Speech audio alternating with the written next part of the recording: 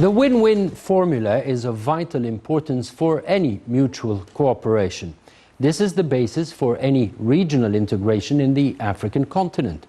Resources are primary ingredients for success, yet without proper infrastructure to utilize these resources, they become obsolete. This is how you come up with a successful recipe. What is being done in this country serves not only the local needs, but can also be utilized by countries and the whole continent. With the digitization that is taking place here, along with the infrastructure and economic reforms, including fiscal and monetary policy reforms, a platform for integration is being laid down. Encouraging the private sector is key, and creating an environment of wide-scale investments can lay the stage for sustainable growth. With the political will to carry this through, the future of Africa can take a turn towards utilizing the wealth for the prosperity of the people. Good evening. You're watching the Business Insider here on Nile TV International, and I'm Ayman Salah. Our weekly program, as you know, tackles events affecting economies and business, and we aim to bring you the inside story.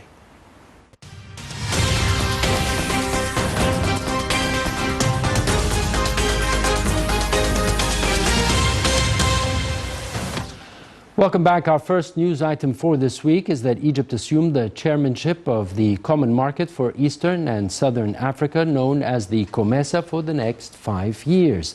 The COMESA, a regional trade bloc that seeks to align regulatory and trade policies of its 21 members, held its 2021 summit in the new capital in Egypt under the theme Building Resilience Through Strategic Digital Economic Integration. Egypt seeks to steer the organization's 2021-2025 goals to improve regional trade. In his address, the new chairman, President Abdel Fattah el-Sisi, outlined the focus of his tenure, which includes deepening intra-COMESA trade and investments, industrialization, transport, energy, ICT, private sector development, and health. This in addition to strengthening regional and continental trade regimes. The tripartite COMESA, EAC and SADC Free Trade Area and the African Continental Free Trade Area. Now, the second news item we have for you this week is that the government is predicting growth of 5.6% in the current 2021-2022 fiscal year. Planning Minister Hala Said announced in the Egypt Day conference on Tuesday that the ministry forecasts an upwards revision of a previous prediction of 5.4% growth. She said that the country is slightly more optimistic on growth than others have been, referring to the IMF that had estimated the strong rebound at estimated 5.2%, while the World Bank held at 5% and the European Bank for Reconstruction and Development stood at 4.9%. An October Reuters poll put the figure at 5.1%. In the previous fiscal year, the economy grew 3.3% according to preliminary figures released in September. We'll be back.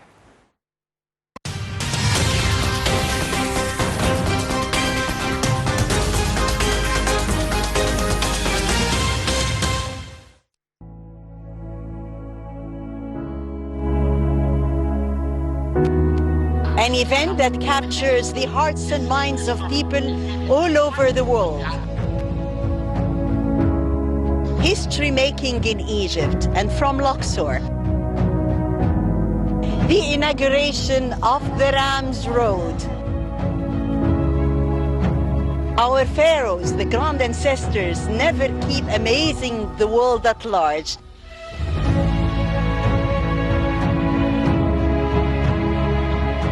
Special coverage on Nile TV International.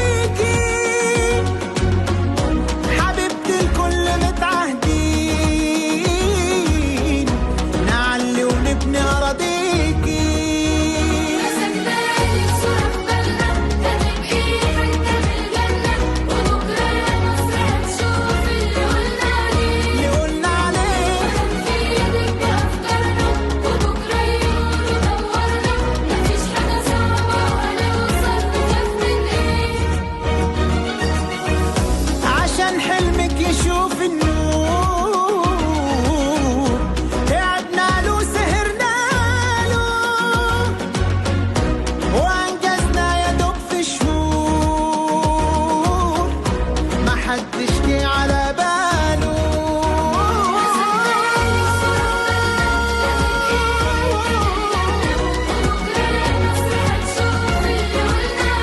يقولنا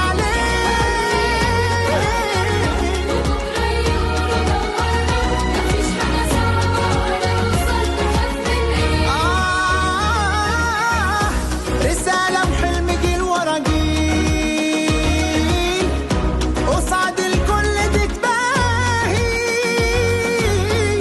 في أرضك ياما رزق وخير وروحك سرها إلهي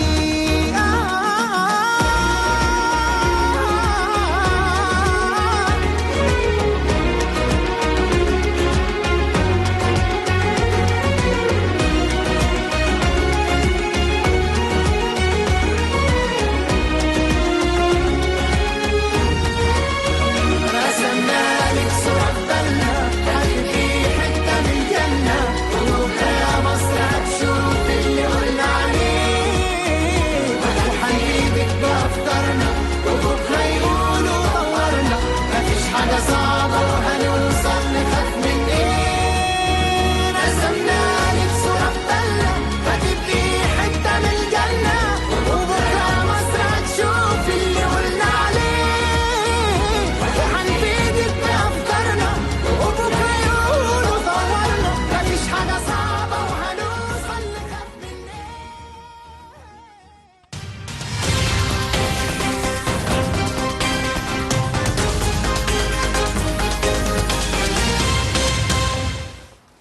Welcome back. You're watching the Business Insider. Tonight I'm joined by engineer Hassan Shaban, development consultant and former vice chairman of El Wefd Party. A pleasure having you on the show Thank here you for inviting tonight. me. Appreciate it. Thank you. The COMESA and the road forward is our topic tonight. So let's watch this report and then resume our discussion. Enhancing the private sector to lead the continent's economy recovery is important to maintain economic activities, keep goods and services moving, and to protect jobs. According to the IFC, regional integration can open new markets to companies in Africa, which is particularly valuable during times of economic shock when companies need to find new opportunities to sustain and grow their businesses. Meanwhile, the World Bank highlighted that for the African Continental Free Trade Area to succeed, an investment in regional policies and regulations must be made, including in the area of digital solutions and energy access that are key to addressing barriers to integration and vital to the African continent's economic transformation. A need for regional cooperation to support development in Africa must be focused on to help develop regional infrastructure networks, increase trade and investment, and address transboundary threats. In 2013, member states of the African Union agreed upon Agenda 2063, the Africa we want, working towards an integrated, prosperous, peaceful Africa driven by its citizens, representing a dynamic force in the international arena. On Tuesday, President Abdel Fattah el-Sisi assumed Egypt's presidency of the Common Market for East and South Africa in the 2021 summit, whose theme is building resilience through strategic digital economic integration. In his address, he outlined the focus of his tenure, which includes deepening intra-COMESA trade and investment in industrialization, transport, energy, ICT, private sector development and health. This is in addition to strengthening regional and continental trade regimens, the tripartite COMESA, EAC and SADC Free Trade Area, as well as the African Continental Free Trade Area. He called for concerted regional efforts to deepen integration and pointed out that Egypt has developed a regional integration framework in line with the COMESA medium-term strategic plan for 2021 to 2025. The leaders called for the adoption of digital technologies, harmonization and adoption of policies that promote the creation of such systems in various sectors, regional collaboration to implement programs to promote economic recovery through trade and investment, as well as developing green economies in the region to mitigate the impact of climate change.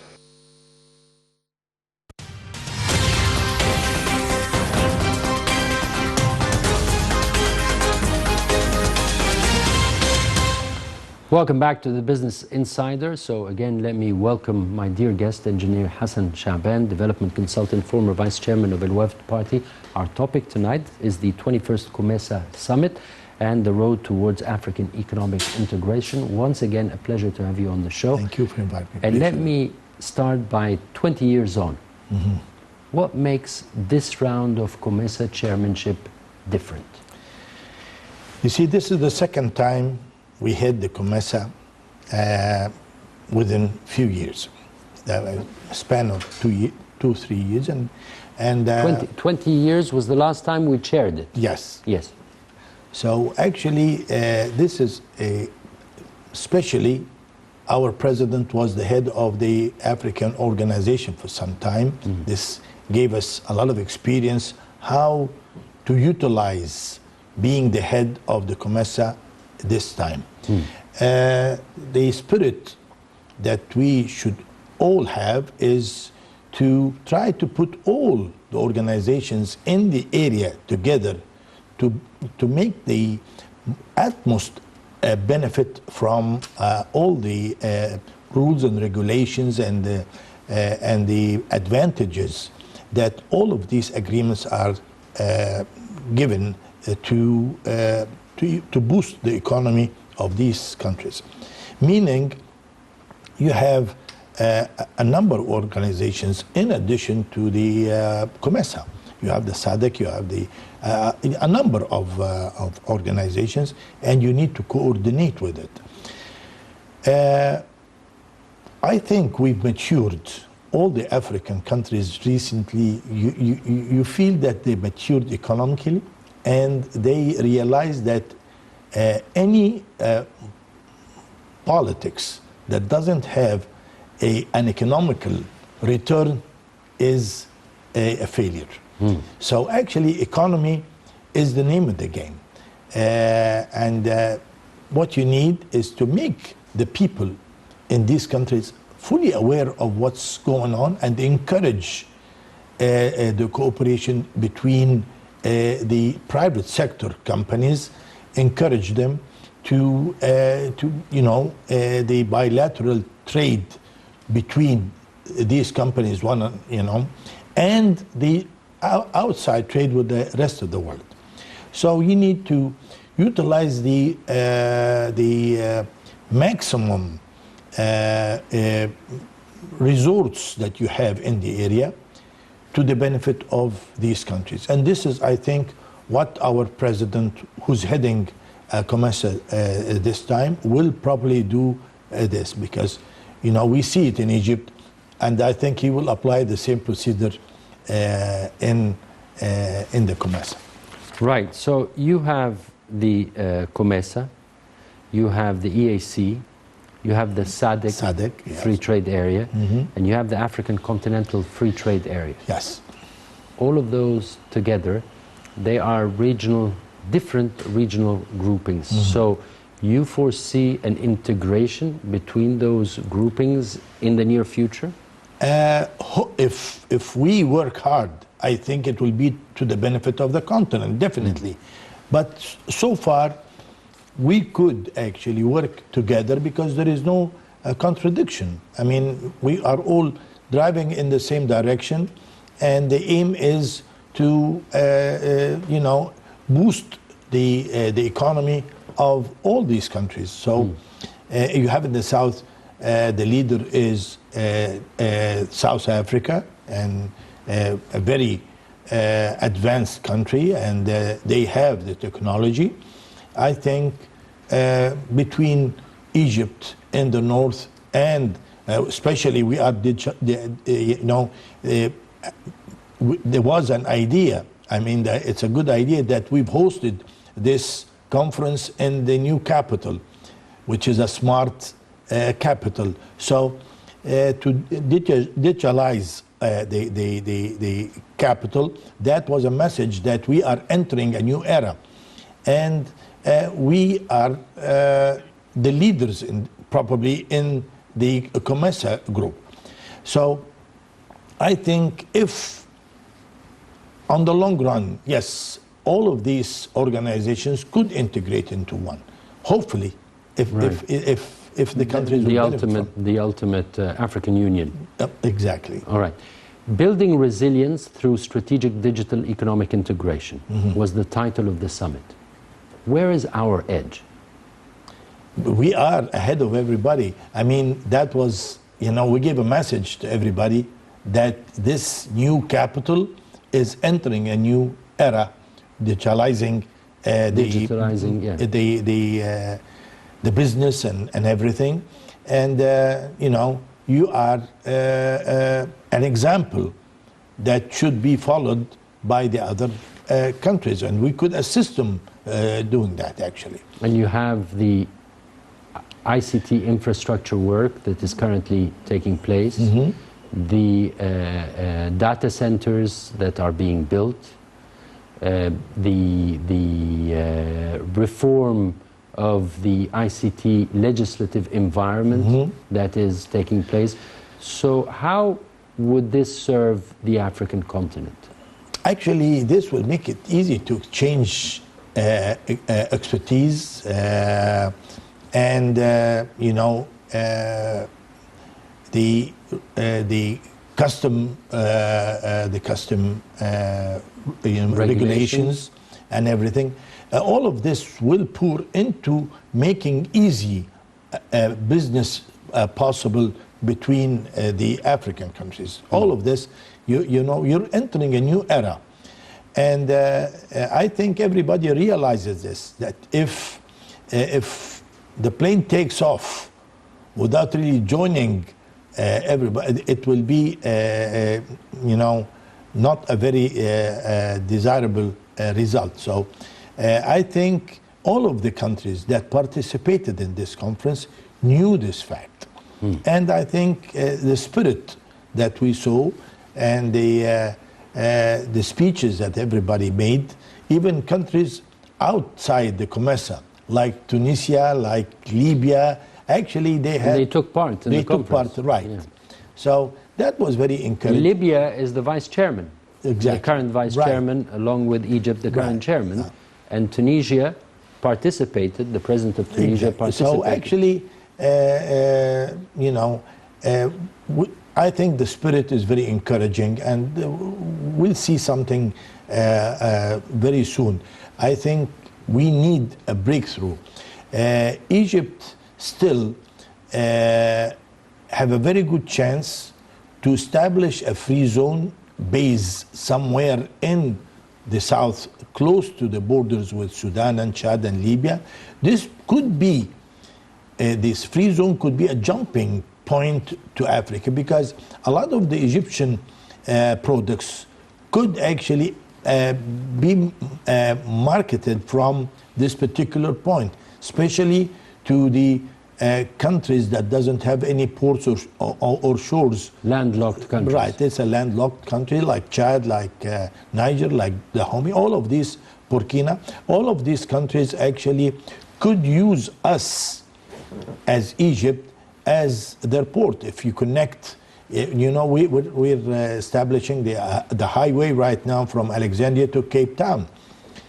In my humble opinion, I think a similar highway that connects a port like Safaya or Qusair through On the Red Sea. Right, on the Red Sea, all the way to Dakar on the Atlantic Ocean.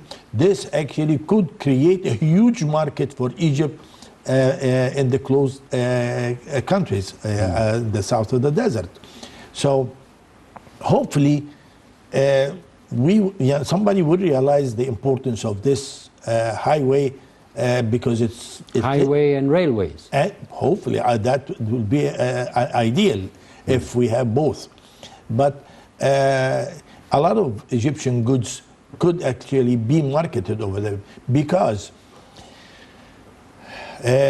most of these countries still have a problem with refrigeration and freezing things. So the Egyptian products as conservatives and canned food will be appreciated in this area.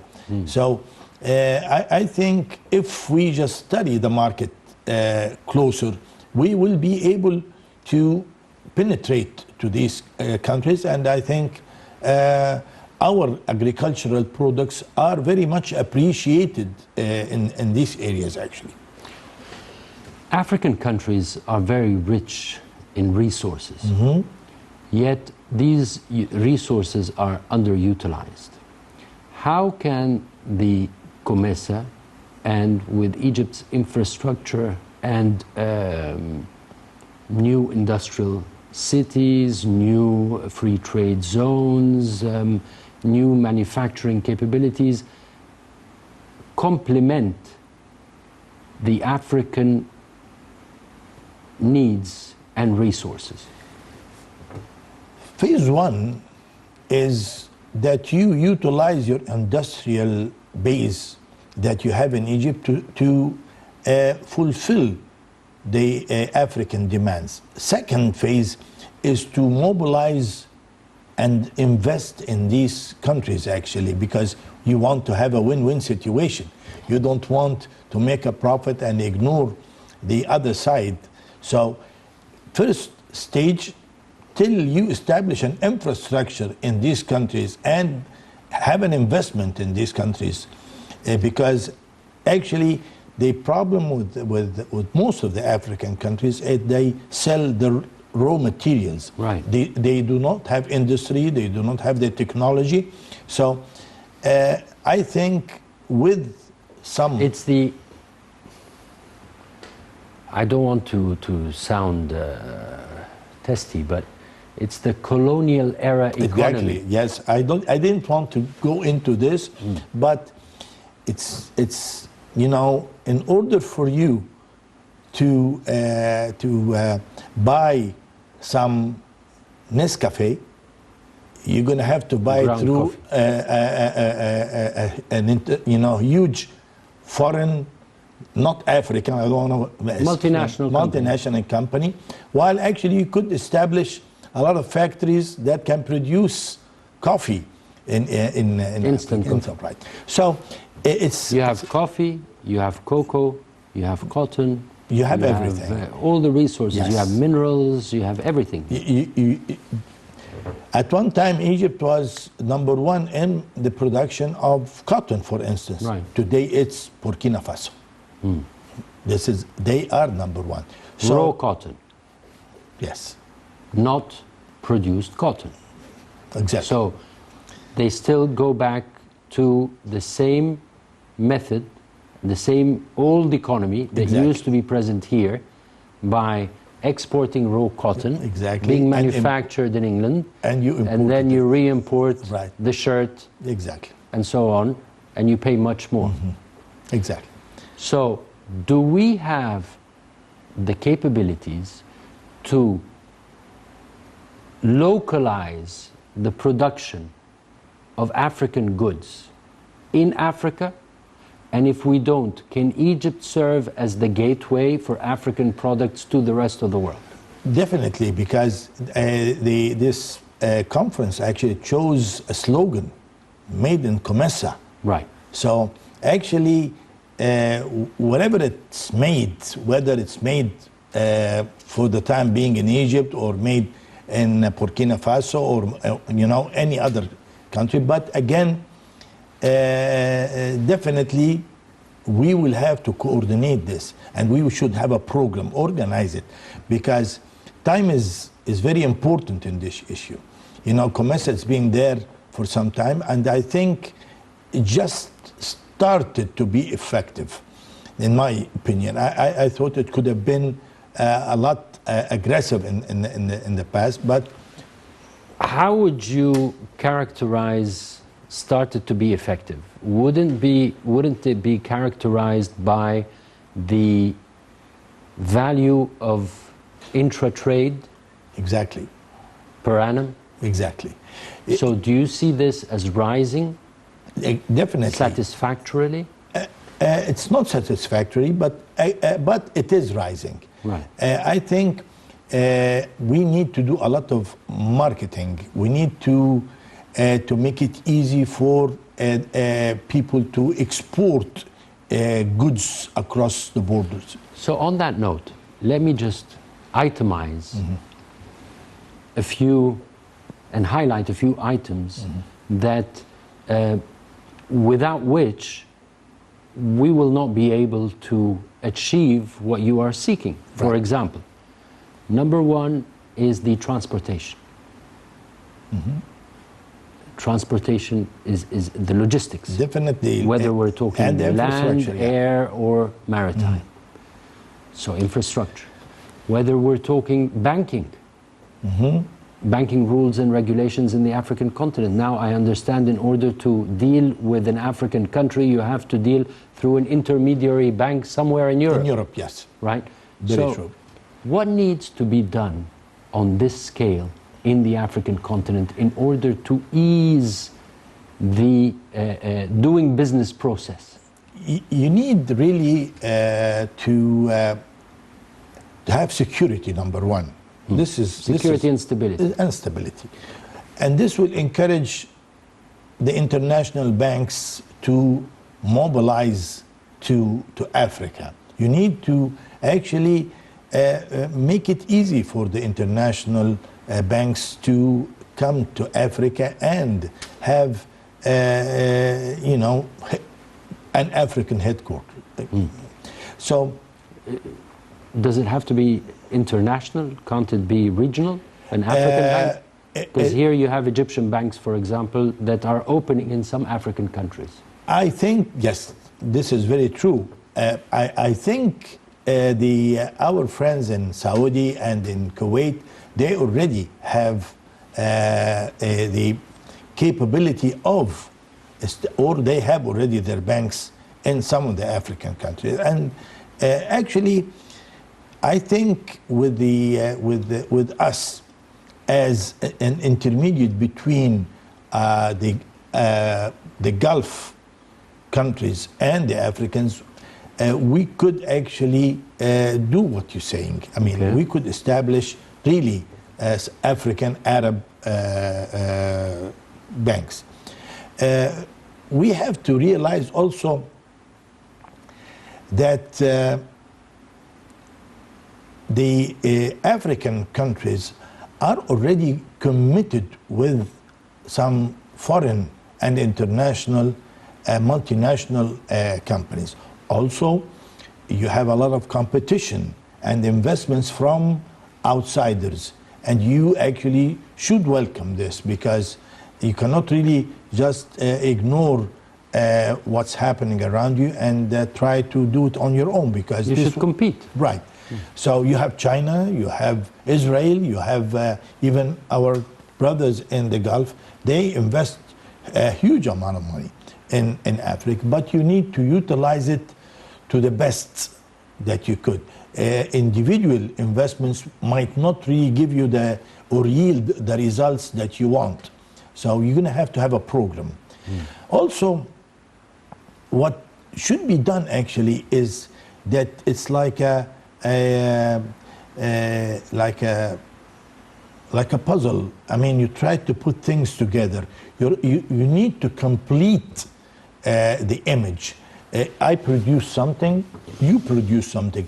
We do not need to compete. We need to complete one another.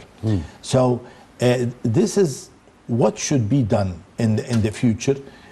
Somebody have a raw material, for instance, copper, whatever. I need to actually use this copper in factories that we have in Egypt to make electrical cables, for instance. So we need not to compete, but to complete one another, because as we all agree, as a result of this conference, now we're talking always about a win-win situation. We're not talking about somebody colonizing somebody else. No. We need to have the philosophy that it will be always a win-win situation. We need to follow through towards the Agenda 2063. Exactly. The Africa we want. Right. That's the slogan. Right. So I think it will take a lot of work to make the utmost profit out of the resources of the continent and the expertise that we actually gained in the last decade, actually, because Egypt actually, in the last decade, actually, we achieved a lot of progress. We have to all admit this. And we could utilize this to the benefit of our friends. Also, common projects.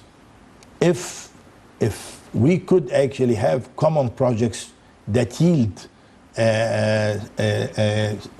some profit to the people in the area, that will be ideal in the field of water,